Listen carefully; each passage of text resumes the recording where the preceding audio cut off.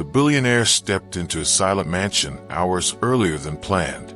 Before he could switch on the lights, his maid rushed forward, eyes wide with fear. "Sir, please stay quiet," she whispered urgently. "If you make a sound, everything will break." What he discovered in the darkness changed his heart forever. Arman Khalid was a man accustomed to control. Sir, you Boardrooms must listened when he listen. spoke. Something terrible Markets has shifted when he happened. invested. What is it? Calm And entire down cities and carried his explain. name It's the on master. skyscrapers He's in and charity grave plaques. danger. Yet that Danger? night, How? as he entered his dimly lit mansion, Stop! he Don't felt come any strangely powerless. closer! The house that Listen usually to me. echoed with It's not polished silence safe. seemed different, Please almost stay alive back. with a fragile tension. He had returned early from an international deal, expecting the usual emptiness, immaculate floors, carefully arranged furniture, and a staff trained to be invisible. Instead, he was Team, met the by projections Rukhsana, are in. the oldest We maid in need his to act household. now to Her stay hands ahead. trembled as she blocked his Agreed. path, The data her voice supports it. barely above her breath. Good. Let's "Sir, get it please done. stay quiet." Arman frowned, confusion hardening into irritation. No one had ever dared to stop him inside his own home. "What is going on?" he demanded, but she only shook her head, pleading silently. He noticed something then, a faint sound drifting from the guest wing. Not laughter, not music, but the uneven rhythm of someone breathing with difficulty. It was fragile, almost painful to hear. Arman's chest tightened unexpectedly. He didn't know why, but that sound stirred a distant, uncomfortable memory he had long buried beneath success and ambition. Rukhsana stepped closer, her eyes moist yet resolute. "Please, sir," she whispered again. "If you walk in loudly, he might think you've come to send him away." The word "he" struck Arman harder than he expected. No guest had been scheduled, no relatives informed, no approvals requested. His life was organized with surgical precision. Surprises did not belong here. Yet the fragile breathing continued from the corridor, drawing him forward like a force stronger than his authority. "Who is inside?" he asked, voice lower now, no longer edged with anger, but with something closer to unease.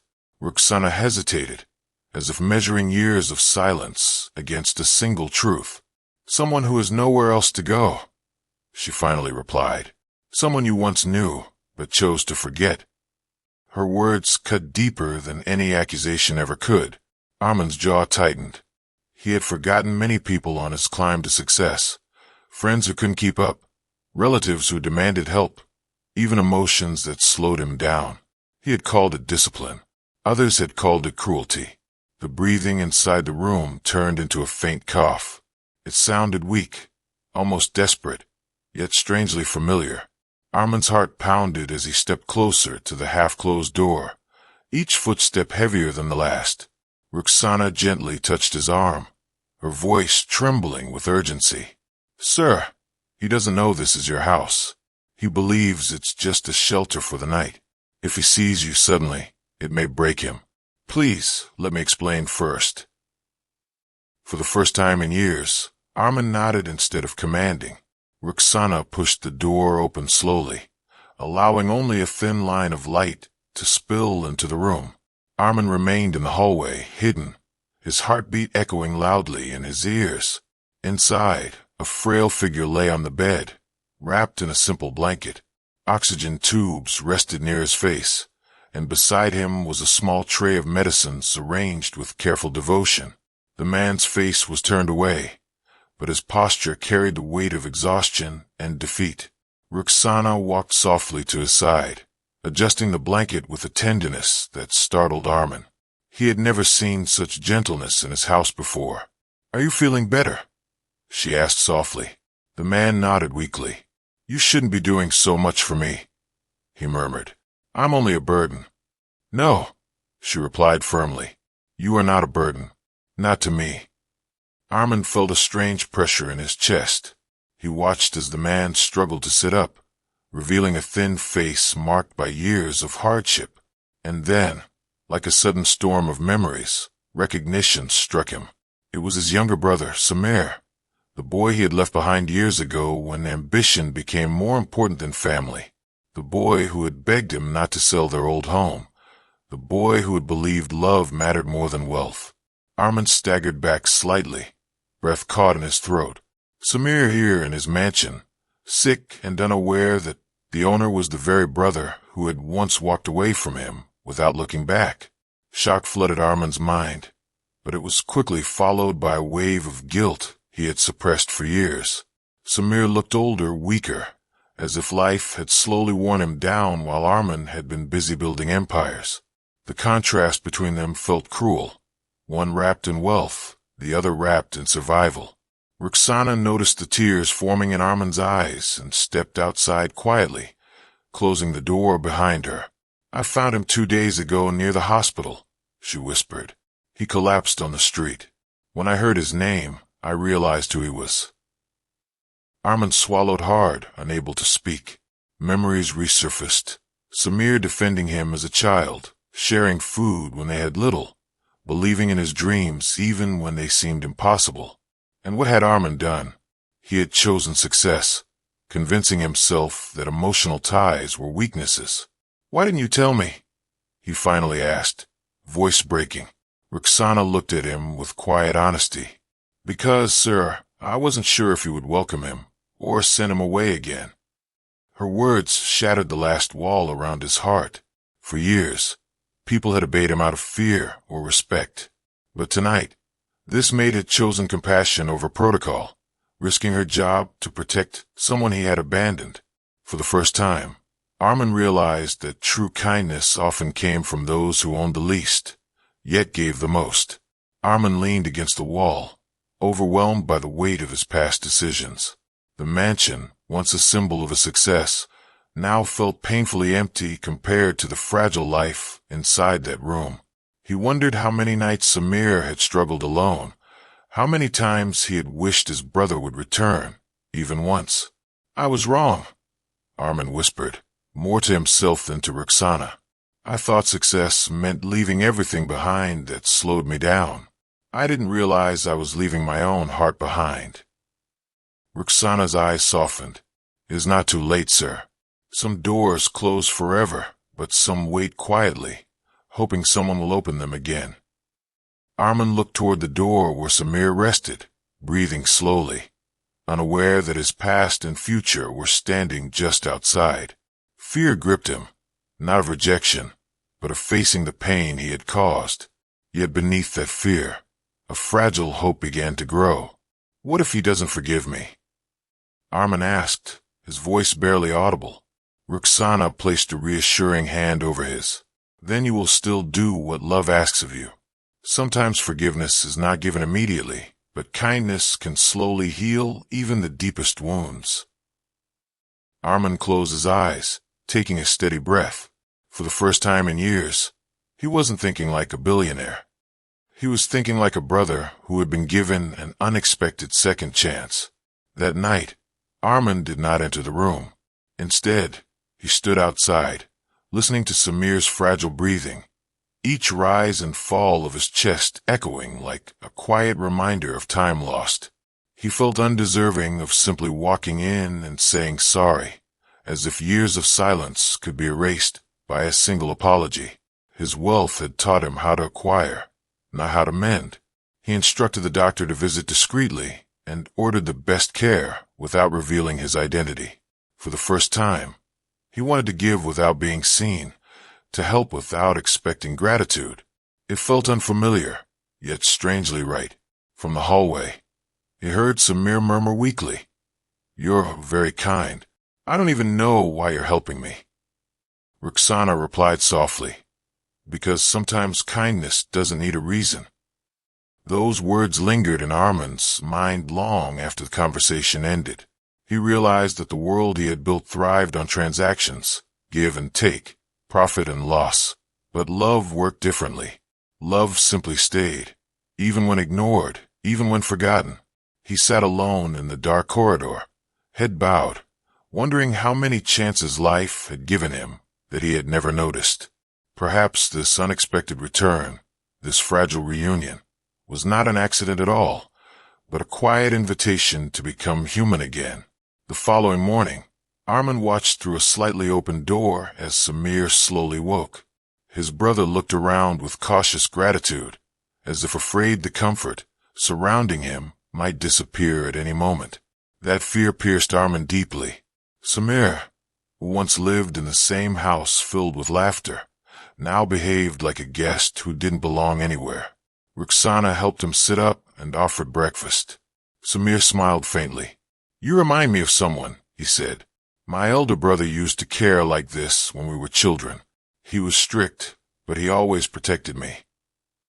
Arman's breath caught in his throat. He pressed his palm against the wall, steadying himself. He had protected Samir once until ambition convinced him that protecting meant distancing, that success demanded sacrifice, even if that sacrifice was family. "Do you miss him?" Rukhsana asked gently. Samir hesitated. "I stopped expecting him to come back," he admitted. "But I never stopped loving him. Love doesn't just disappear because someone walks away." Those words struck Arman harder than any accusation could. Love that waited without bitterness, love that survived abandonment. He had underestimated its strength. For the first time, Arman realized that Samir's heart had remained rich even when his life had become poor. And suddenly, Arman's own wealth felt painfully small in comparison. All day, Arman stayed hidden, listening, observing, feeling emotions he had long buried beneath deadlines and deals. He noticed how Samir thanked Rukhsana for the smallest things: a glass of water, an extra blanket, a kind word. Gratitude flowed naturally from him, even in weakness. Arman compared that humility with his own past behavior. How easily he had dismissed people, how rarely he had acknowledged the efforts of those who served him daily. He felt ashamed, not because he lacked money, but because he had lacked warmth. In the afternoon, Samir coughed badly, clutching his chest. Rukhsana panicked slightly but stayed composed, helping him breathe slowly. Arman instinctively took a step forward, ready to rush in, but stopped himself at the last second. He feared that his sudden appearance might shock Samir, might reopen wounds before they had a chance to heal. Instead, he called the doctor quietly and waited outside, fists clenched, helpless. It was the first time he felt powerless despite having every resource in the world. He realized then that love often meant waiting patiently, allowing the other person to feel safe before revealing the truth. And perhaps, for the first time, Arman was learning patience, not for business, but for the fragile heart he had once broken. That evening, Arman entered the prayer room of his mansion, a place he rarely visited except during grand occasions. The silence there felt heavier, more honest. He sat on the floor, removing the invisible armor he had worn for years. Success had given him power, but it had also given him loneliness, a loneliness he had never admitted. He whispered a quiet prayer, not for more wealth or victory, but for courage. Courage to face Samir, courage to accept whatever reaction awaited him, even if it was anger or rejection. Deep inside, he knew he deserved both. Memories flooded back. The night he signed the document selling their child at home, ignoring Samir's tears. The argument where Samir begged him to stay connected. The last phone call he never returned. Each memory felt like a weight pressing on his chest. "How do I ask for forgiveness after all this time?" he murmured to himself. There was no voice answering him, only silence. Yet within that silence, he sensed a quiet truth. Forgiveness was not demanded. It was earned slowly through consistent love and presence. For the first time, Arman understood that real change was not proven by words, but by actions repeated every day, patiently, sincerely, without expecting immediate acceptance. Late at night, as the mansion slept, Arman finally gathered the courage to step toward Samir's room. His heart pounded like it used to before crucial business negotiations. Yet this moment felt far more significant than any contract he had ever signed. He opened the door gently. Samir was awake, staring at the ceiling, lost in thought. For a second, Arman considered turning back, afraid that his presence might cause more pain than comfort.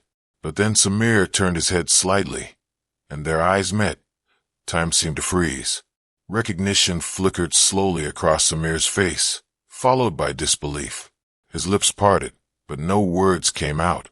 Arman felt every regret, every year of absence, crash into that single moment.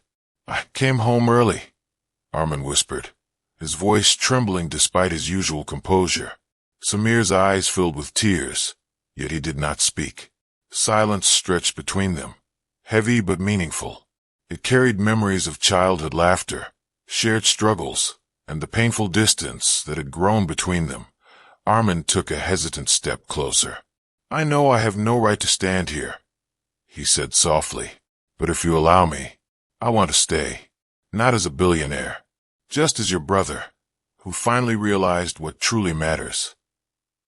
The answer rested in Samir's trembling eyes. That Samir's gaze remained fixed on Arman, searching his face, as if trying to separate truth from illusion. Years of absence had not erased familiarity.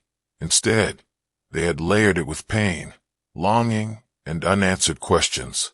His lips trembled slightly before he finally whispered, "You really came back?" Arman nodded slowly, feeling smaller than he ever had in his life. "Yes," he replied, voice heavy with remorse, not as the man who left, but as the brother who should never have gone. Silence lingered between them, thick yet fragile. That Samir's eyes glistened, but there was no anger in them, only exhaustion and something deeper. Love that had survived abandonment. That realization made Arman's chest ache even more. "I used to wait," Samir admitted softly. "Every festival, every birthday. I thought maybe you'd walk through the door like before. Then I stopped expecting, but I never stopped hoping."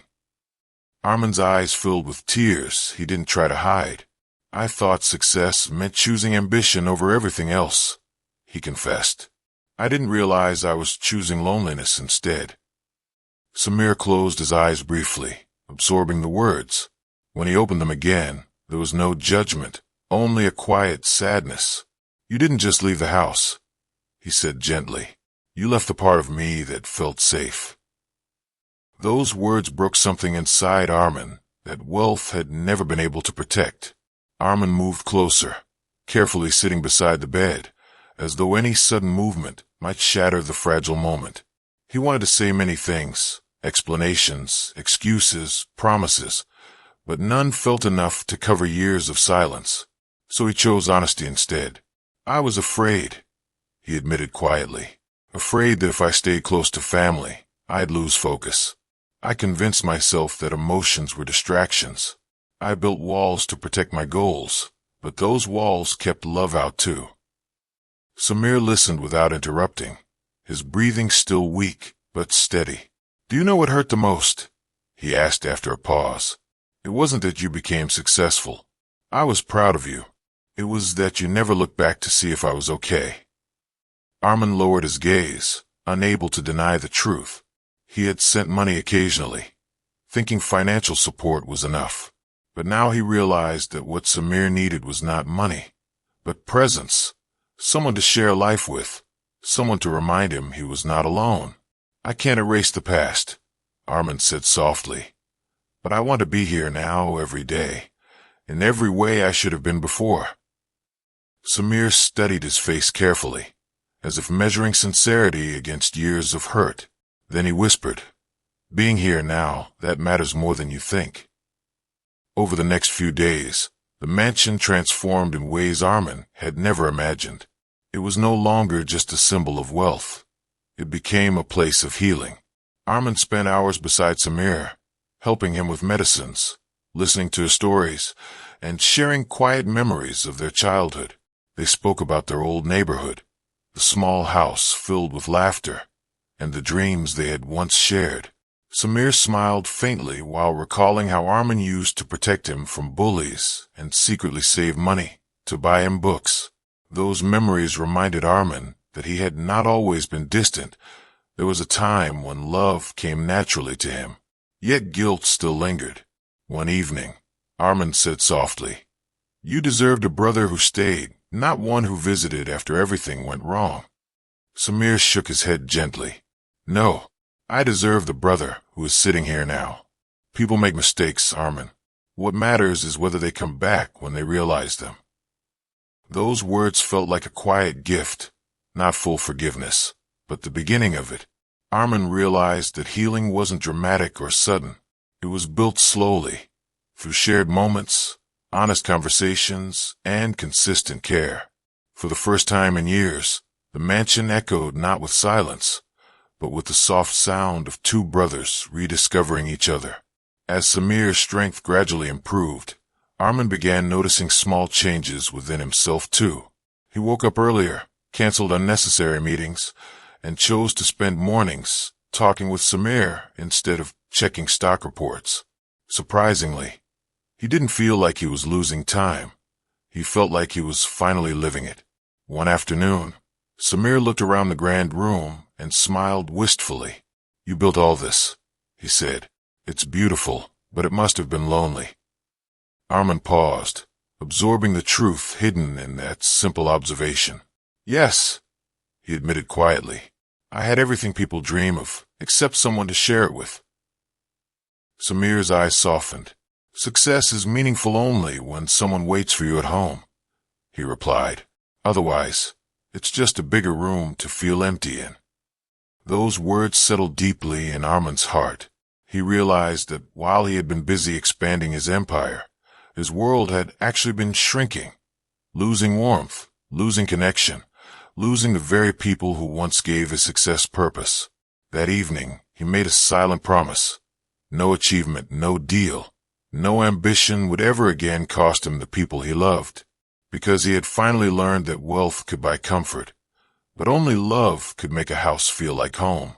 One night, as rain tapped gently against the windows, Samir spoke about the years they had spent apart. His voice was calm, but each word carried the weight of silent struggles. "After you left, I tried to manage everything alone," he said. "I didn't want you to think I was weak." Arman felt his throat tighten.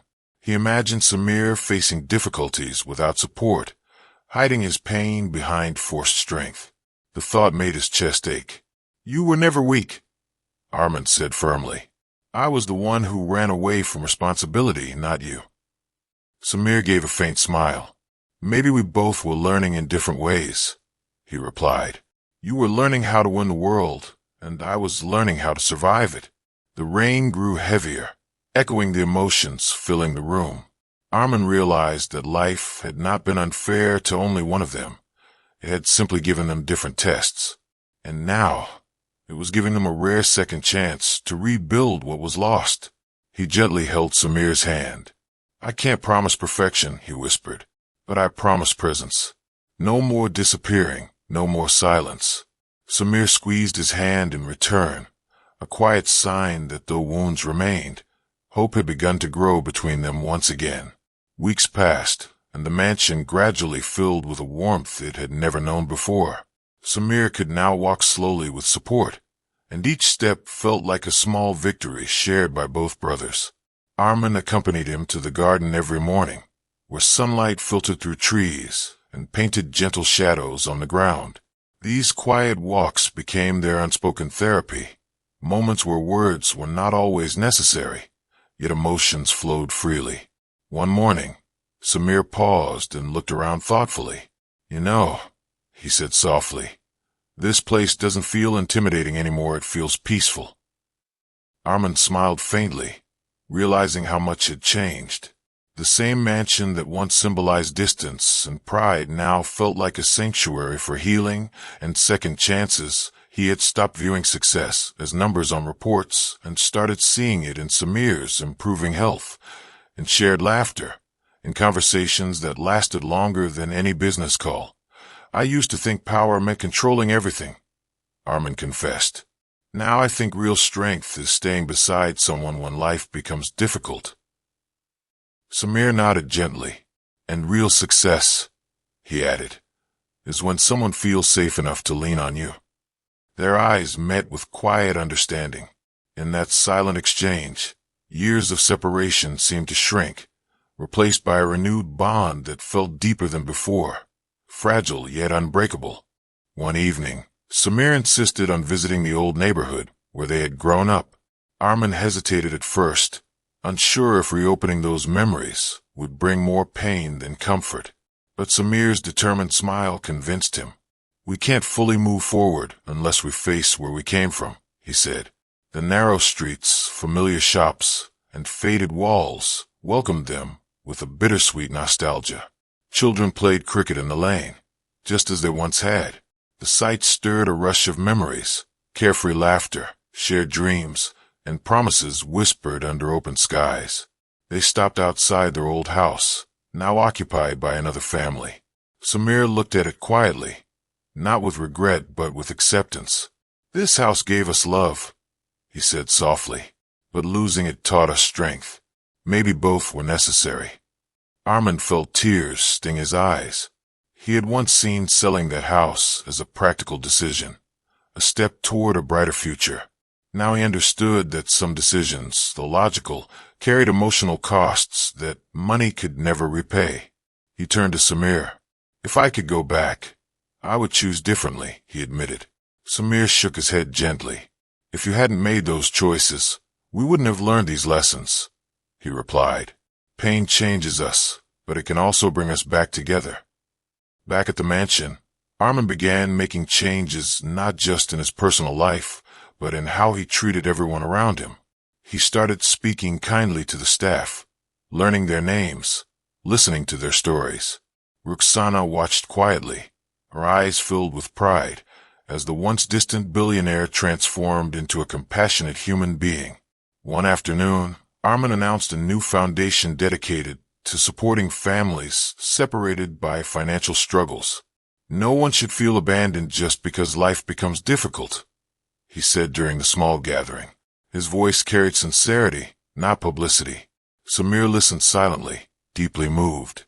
He realized that their painful past was now inspiring something meaningful for others. Their story, once filled with regret, was slowly becoming a source of hope. Later that night, Samir said softly, "You know, you didn't just come back for me. You came back for yourself too." Arman nodded thoughtfully. "Yes," he admitted. "I spent years building a life that looked perfect from outside, but felt empty inside. Finding you again filled that emptiness with purpose." They sat together in silence, feeling the quiet satisfaction of growth, not sudden or dramatic, but steady and real. Sometimes healing wasn't loud. It was simply the gentle realization that love had returned where pride once lived. As months passed, Samir regained enough strength to resume small activities independently. He began reading again, helping with charity planning, and even teasing Arman the way he used to in childhood. Laughter, once rare in the mansion, became a daily presence. One evening, while watching the sunset from the balcony, Samir spoke thoughtfully. "Do you ever regret becoming successful?" he asked. Arman shook his head slowly. "No," he replied. "I regret thinking success meant leaving people behind. Success itself wasn't a mistake. Forgetting who mattered was." Samir smiled, satisfied with the answer. "Then maybe your journey wasn't wasted," he said. "It just took a longer path to reach the right destination." Arman realized how true that was.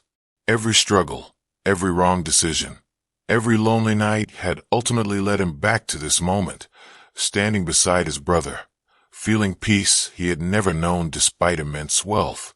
He understood now that life's greatest achievements were not measured in profits or power, but in repaired relationships, forgiven mistakes, and second chances embraced with humility. Looking at Samir, he felt grateful, not just for his recovery, but for the opportunity to become a better version of himself. Sometimes, losing your way was the only way to truly understand where you belonged. On a quiet morning, Arman and Samir sat together in the garden, watching birds glide across the clear sky. There was no tension now, no unspoken guilt lingering between them, only a calm sense of belonging that felt both new and deeply familiar. Arman turned to Samir and said softly, "You know, the night I came home early, I thought something shocking was happening inside my house. But I never imagined the real shock would be realizing how empty my life had been without you." Samir smiled warmly. And I never imagined that the brother I missed would return not just successful, but changed. They shared a gentle laugh, the kind that carried relief, forgiveness, and acceptance all at once. In that moment, Arman understood the true meaning of second chances. They were not about rewriting the past, but about living the present with greater kindness and awareness. He looked around at the mansion, no longer a monument to ambition, but a home filled with connection, humility, and love. And he knew that this transformation, more than any business victory, would remain his greatest achievement. For the first time in years, Arman felt completely at peace, not because he owned everything, but because he had finally regained what truly mattered: his family, his heart, and his humanity. Sometimes life gives us success first and lessons later. True wealth is not what we earn, but who we keep beside us. If this story touched your heart, like the video, subscribe, and join our Heart Angels family, where compassion, forgiveness, and second chances always find a home.